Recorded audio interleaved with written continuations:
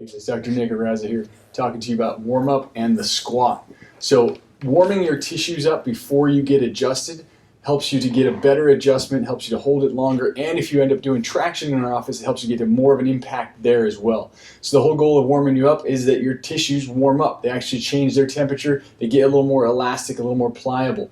So you know you're warmed up when you feel like, hey, I need to take my jacket off, or I feel a little bit warm. Okay, so our rehab tech's going to go over this with you in detail. I just want to give you a visual on the squat. Okay, it's the most fundamental human movement outside of walking, and you may have a good history with it. You may not have ever done it. It takes some time. It can take years to get a really perfected squat. So today we're just going to go through the motions, and we want you to do. You'll be instructed on how many to do before you get started with your rest of your care or adjusting.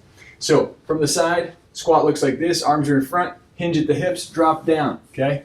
Now, you may only be able to go to here. What's important is we don't want to see any rounding. No rounding anywhere in your spine and no arching anywhere in your spine. We want the spine to stay nice and straight. There's a couple views there. From the front, looks like this.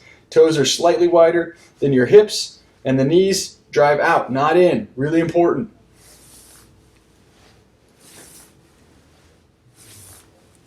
Okay. So there's plenty of variations. Modification is totally fine.